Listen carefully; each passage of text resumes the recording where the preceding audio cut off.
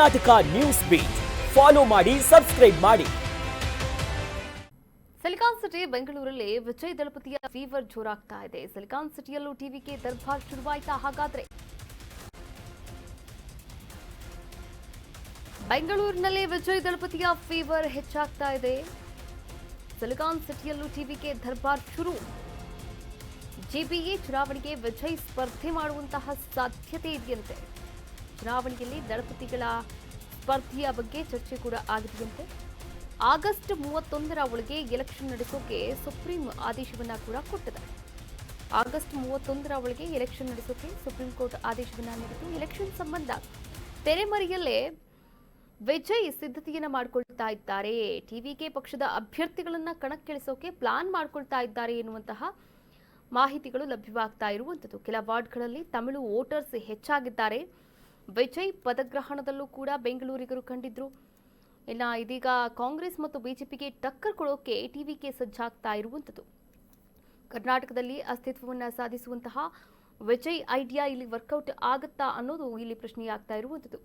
ನೋಡಿ, ತಮಿಳುನಾಡಿನಲ್ಲಿ 107 ಸ್ಥಾನಗಳನ್ನು ಗೆದ್ದಂತಹ ದಳಪತಿ ವಿಜಯ್ ಈಗಾಗಲೇ ಅಧಿಕಾರದಲ್ಲಿರುವಂಥದ್ದು.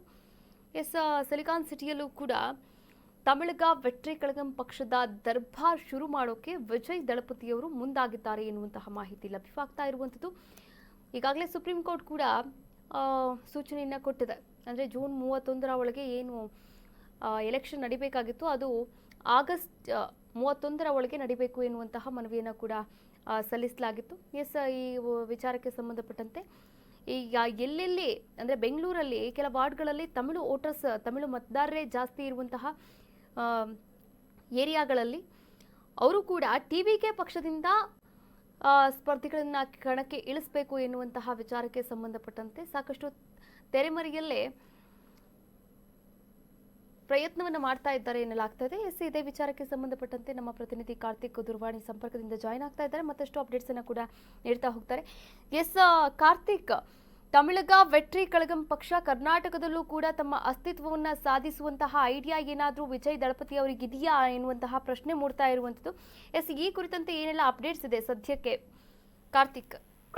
ಕಾವ್ಯ, ಮೇ 4ನೇ ತಾರೀಕು ತಮಿಳುನಾಡು ಅಸೆಂಬ್ಲಿ ಎಲೆಕ್ಷನ್ ಚುನಾವಣೆಯ ಫಲಿತಾಂಶ ಹೊರ ಬೀಳುತ್ತೆ. ಅಲ್ಲಿನ ರಾಜಕೀಯ ದಿಗ್ಗಜರು ಕೂಡ ಒಂದು ಸಲ ಶೇಕ್ ಆಗಿ ಹೋಗ್ತಾರೆ. ಏನಕ್ಕಂದ್ರೆ AMDK ಮತ್ತೆ DMK ರಾಜಕೀಯ ಪಕ್ಷಗಳ ಜಾಗ ಯಾವ ರೀತಿ ತಮಿಳುನಾಡಿನ ಜನರಲ್ಲಿ ಇತ್ತು ಅನ್ನೋದು ಎಲ್ರಿಗೂ ಕೂಡ ಗೊತ್ತಿದೆ. ಹಾಗಾಗಿ ರಿಸಲ್ಟ್ ನಲ್ಲಿ ಶಾಕ್ ನೀಡಿದಂತ ವಿಜಯ್ ದಳಪತಿ ಅವರು ತಮ್ಮ TVK ಪಕ್ಷದಿಂದ ಈಗ ಅಲ್ಲಿ CM ಆಗಿ ಪ್ರಮಾಣ ವಚನ ಸ್ವೀಕರಿಸಿದ್ದಾರೆ. ಆ ಪ್ರಮಾಣ ವಚನ ಸಮಾರಂಭಕ್ಕೂ ಕೂಡ ನಮ್ಮ ಬೆಂಗಳೂರಿನ ಒಂದಿಷ್ಟು ಜನ ಹೋಗಿದ್ರು ಅನ್ನೋದು ಇಲ್ಲಿ ಒಂದು ಸ್ಪೆಷಲ್ ಫ್ಯಾಕ್ಟರ್ ಆಗ್ತಾ ಹೋಗುತ್ತೆ. ಏನಕ್ಕಂದ್ರೆ ಈಗಾಗಲೇ ರಾಜ್ಯ ಸರ್ಕಾರಕ್ಕೆ ಸುಪ್ರೀಂ ಕೋರ್ಟ್ ಆಗಸ್ಟ್ 31ನೇ ತಾರೀಕಿನ ಒಳಗಡೆ GBA ಎಲೆಕ್ಷನ್ ನಡೆಸಬೇಕು ಅಂತ ಆದೇಶವನ್ನ ಹೊರಡಿಸಿದೆ. ಆ ಬೆನ್ನಲ್ಲೇ ಒಂದಿಷ್ಟು ಬೆಳವಣಿಗೆಗಳು TVK ಪಕ್ಷದ ಒಂದು ಕಾರ್ಯ ಸಮಿತಿಯಲ್ಲಿ ಆಗ್ತಾ ಇದೆ ಅನ್ನುವಂತ ಒಂದು ಮಾಹಿತಿ ಕೂಡ ಇದೆ. ಏನಕ್ಕಂದ್ರೆ ಈಗ ಒಂದು ಪ್ರಾದೇಶಿಕ ಪಕ್ಷವನ್ನ ಶುರು ಮಾಡಾದ್ಮೇಲೆ ಅದರ ಒಂದು ವಿಸ್ತಾರತೆ ಎಲ್ಲಿವರೆಗೂ ಹೋಗಿ ರೀಚ್ ಆಗುತ್ತೆ ಅಂತ ಮೊದಲನೇ ಪೇಸಲ್ಲೇ ಅಂದಾಜು ಮಾಡೋದು ತುಂಬಾ ಕಷ್ಟ. ಸುಮಾರು ರೀಜನಲ್ ಪಕ್ಷಗಳು ಸಣ್ಣ ಮಟ್ಟದಲ್ಲೇ ಶುರುವಾದ್ರೂ ಕೂಡ ಅದು ಬೇರೆಯದೇ ರೇಂಜ್ಗೆ ಹೋಗಿ ಅಲ್ಲಿ ರಾಷ್ಟ್ರೀಯ ಪಕ್ಷವಾಗಿ ಹೊರ ಹೊಮ್ಮಿರುವಂತಹ ಎಕ್ಸಾಂಪಲ್ಗಳನ್ನ ನಾವು ನೋಡ್ತಾನೆ ಬಂದಿದೀವಿ ರಾಜಕೀಯ ಇತಿಹಾಸವನ್ನ ತಿರುಚ್ತಾ ಹೋದ್ರೆ. ಅದೇ ನಿಟ್ಟಿನಲ್ಲಿ ವಿಜಯ್ ದಳಪತಿ ಅವರ TVK ಕೂಡ ಬೇರೆ ಬೇರೆ ರಾಜ್ಯಗಳಲ್ಲೂ ಕೂಡ ತಮ್ಮ ನೆಲೆಯನ್ನ ಕಂಡುಕೊಳ್ಬೇಕು ಅಂತ ಪ್ರಯತ್ನ ಮಾಡ್ತಾ ಇದೆಯಾ ಅನ್ನುವಂತ ಒಂದು ಪ್ರಶ್ನೆ ಕೂಡ ಈಗ ಎಲ್ಲಾ ರಾಜಕಾರಣಿಗಳನ್ನ ಕಾಡ್ತಾ ಇದೆ. ವಿಶೇಷವಾಗಿ ಈಗ GBA ಎಲೆಕ್ಷನ್ ಹತ್ರ ಬರ್ತಾ ಇದ್ದಂಗೆನೆ ಕಾಂಗ್ರೆಸ್ ಮತ್ತೆ ಬಿಜೆಪಿ ತನ್ನ ಪ್ರಾಬಲ್ಯವನ್ನ ಸ್ಥಾಪಿಸ್ಕೊಂಡಿರುವಾಗ್ಲೇ TVK ಕೂಡ ಒಂದಿಷ್ಟು ವಾರ್ಡ್ಗಳಲ್ಲಿ ಸ್ಪರ್ಧಿಸೋದಕ್ಕೆ ಎಲ್ಲೋ ಒಂದು ಕಡೆ ಚಿಂತನೆ ನಡೆಸ್ತಾ ಇದೆಯಾ ಅನ್ನುವಂತ ಒಂದು ಡೌಟ್ ಕೂಡ ಇರುವಂತದ್ದು.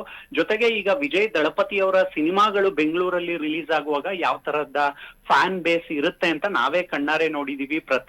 ಪ್ರತಿ ಸಲ ಫಸ್ಟ್ ಡೇ ಫಸ್ಟ್ ಶೋ ಅಲ್ಲಿ ಎಲ್ರೂ ಕೂಡ ಬಂದು ಹೌಸ್ಫುಲ್ ಪರಿಸ್ಥಿತಿಯನ್ನ ನಿರ್ಮಾಣ ಮಾಡ್ಬಿಡ್ತಾರೆ. ಒಂದು ದುರಂತ ಏನು ಅಂದ್ರೆ ನಮ್ಮ ಕನ್ನಡ ಚಿತ್ರಗಳು, ನಮ್ಮ ಕನ್ನಡ ಸ್ಟಾರ್ ಚಿತ್ರಗಳಿಗೆ ಕೆಲವೊಂದು ಸಲ ಮಧ್ಯಾಹ್ನ ಮೇಲೆ ಥಿಯೇಟರ್ಗಳು ಖಾಲಿ ಹೊಡೆಯುತ್ತೆ. ಆದ್ರೆ ವಿಜಯ್ ದಳಪತಿ ಅವರ ಸಿನಿಮಾಗಳು ಬಂದಾಗ 90% ಥಿಯೇಟರ್ ಆಕ್ಯುಪೆನ್ಸಿಯಲ್ಲಿ ಥಿಯೇಟರ್ಗಳು ಹೌಸ್ಫುಲ್ ಆಗ್ತವೆ. ಹಾಗಾಗಿನೇ ಈಗ ಎಲ್ಲಾ ರಾಜಕೀಯ ವಲಯದ ದಿಗ್ಗಜರಿಗೂ ಕೂಡ ಒಂದು ಎಲ್ಲೋ ಆತಂಕ ಮನೆ ಮಾಡ್ತಾ ಇದೆ. ವಿಜಯ್ ದಳಪತಿ ಅವರು ಏನಾದ್ರೂ ಅಕಸ್ಮಾತ್ ಇಲ್ಲಿ ಗ್ರೇಟರ್ ಬೆಂಗಳೂರು ಚುನಾವಣೆಯಲ್ಲಿ ಸ್ಪರ್ಧೆ ಮಾಡಿದಂತ ಸಂದರ್ಭದಲ್ಲಿ ಕೆಲವೊಂದು ವಾರ್ಡ್ಗಳಲ್ಲಿ ತಮಿಳು ಮತದಾರರು ಜಾಸ್ತಿ ಇರೋ ಕಾರಣಕ್ಕೆ ವಿಜಯ್ ದಳಪತಿ ಅವ್ರಿಗೆ ನೇರವಾದಂತಹ ಸಪೋರ್ಟ್ ಸಿಗುತ್ತಾ ಅಂತ. ಇದ್ರ ಬಗ್ಗೆ ವಿಜಯ್ ದಳಪತಿ ಅವರು ಇನ್ನೂ ಕೂಡ ಅಧಿಕೃತವಾಗಿ ಘೋಷಣೆ ಮಾಡಿಲ್ಲ. ಅವರು ತಮಿಳುನಾಡಿನ ಪಾಲಿಟಿಕ್ಸ್ ನಲ್ಲೂ ಕೆಲವೊಂದು ಚೇಂಜಸ್ ಗಳನ್ನ ತರುವಂತ ನಿಟ್ಟಿನಲ್ಲೇ ಸುಮಾರು ಮೀಟಿಂಗ್ ಗಳನ್ನ ಮಾಡ್ತಾ ಇದ್ದಾರೆ. ಮತ್ತೆ ತಮ್ಮ ಡಿಸಿಷನ್ ಮೇಕಿಂಗ್ ಅಲ್ಲಿ ವಿಜಯ್ ದಳಪತಿ ಅವರು ಬಹಳ ಸೀರಿಯಸ್ ಆಗಿದ್ದಾರೆ ಅಂತ ಮೇಲ್ನೋಟಕ್ಕೆ ಕಾಣಿಸ್ತಾ ಇದೆ. ಇಷ್ಟು ವರ್ಷಗಳ ಕಾಲ ಏನು ತಮಿಳುನಾಡು ರಾಜಕಾರಣದಲ್ಲಿ ಹಲವಾರು ಬೆಳವಣಿಗೆಗಳು ಆಗಿತ್ತು, ಮತ್ತೆ ಅದರಲ್ಲಿನ ಹುಳುಕುಗಳನ್ನ ನಾನು ಸರಿಪಡಿಸ್ತೀನಿ ಅನ್ನುವಂತ ಒಂದು ಸ್ಟೇಟ್ಮೆಂಟ್ ಅನ್ನ ವಿಜಯ್ ದಳಪತಿ ಅವರು ನೀಡಿದ್ರು. ಸೊ ಅದೇ ನಿಟ್ಟಿನಲ್ಲಿ ಅದೆಲ್ಲವನ್ನು ಸರಿಪಡಿಸೋದಕ್ಕೆ ವಿಜಯ್ ದಳಪತಿ ಅವರು ಕೆಲಸ ಮಾಡ್ತಾ ಇದ್ದಾರೆ. ಇನ್ನು ಕೂಡ ಅಧಿಕಾರದ ಅವಧಿಯಲ್ಲಿ ಇದ್ದಾಗ್ಲೇನೆ ಈ ಚೇಂಜಸ್ ಗಳನ್ನ ಬೇಗ ಮಾಡಬೇಕು, ಒಂದು ಡಿಸಿಷನ್ ಗಳನ್ನ ಫರ್ಮ್ ಆಗಿ ತೆಗೆದುಕೊಳ್ಬೇಕು ಅಂತಾನೆ ವಿಜಯ್ ದಳಪತಿ ಅವರು ಒಂದಷ್ಟು ಪ್ರೊಸೆಸಿಂಗ್ ಮ್ಯಾನೇಜ್ಮೆಂಟ್ ನಲ್ಲಿ ಬ್ಯುಸಿ ಆಗಿದ್ದಾರೆ. ಜೊತೆಗೆ ಅವರು ಹೇಳಿದಂತೆ ಕರಪ್ಷನ್ ಅನ್ನ ನಾನು ಮೊದಲನೇ ಹಂತದಲ್ಲಿ ಹೊಡೆದು ಹಾಕ್ತೀನಿ ಅಂತ. ಆ ಒಂದು ಸ್ಟೇಟ್ಮೆಂಟ್ ಕೂಡ ಈ ಎಲ್ಲಾ ಮತದಾರರನ್ನ ಸೆಳೆಯೋದಕ್ಕೂ ಕೂಡ ಒಂದೊಂದು ಚಾನ್ಸ್ ಗಳನ್ನ ಓಪನ್ ಮಾಡಿಕೊಡ್ತಾ ಹೋಗುತ್ತೆ. ಮತ್ತೆ ಇಲ್ಲಿ ಕರ್ನಾಟಕದಲ್ಲೂ ಕೂಡ ಒಂದು ಪ್ರಾದೇಶಿಕ ಪಕ್ಷ ಅಂದ್ರೆ ಯುವ ಶಕ್ತಿಯನ್ನ ಪ್ರತಿನಿಧಿಸುವಂತಹ ಪಕ್ಷದ ಒಂದು ಅಗತ್ಯತೆ ಇದೆ. ಮತ್ತೆ ಯುವ ಶಕ್ತಿಯನ್ನೇ ಈಗ ವಿಜಯ್ ದಳಪತಿ ಅವರು ಟಾರ್ಗೆಟ್ ಮಾಡ್ತಾ ಇರೋದ್ರಿಂದ ಇಲ್ಲಿನ ವೋಟರ್ಸ್ ಗಳನ್ನು ಕೂಡ ವಿಜಯ್ ದಳಪತಿ ಅವರು ಸೆಳೆದು ಬಿಟ್ರೆ ಹೆಚ್ಚೇನೋ ಆಶ್ಚರ್ಯ ಪಡಬೇಕಾಗಿಲ್ಲ. ಕಾವ್ಯ, ಎಸ್, ಥ್ಯಾಂಕ್ ಯು ಕಾರ್ತಿಕ್, ತಮ್ಮೆಲ್ಲ ಡೀಟೇಲ್ಸ್ಗಾಗಿ ಧನ್ಯವಾದಗಳು. ಕರ್ನಾಟಕ ನ್ಯೂಸ್ ಬೀಟ್ ಫಾಲೋ ಮಾಡಿ, ಸಬ್ಸ್ಕ್ರೈಬ್ ಮಾಡಿ.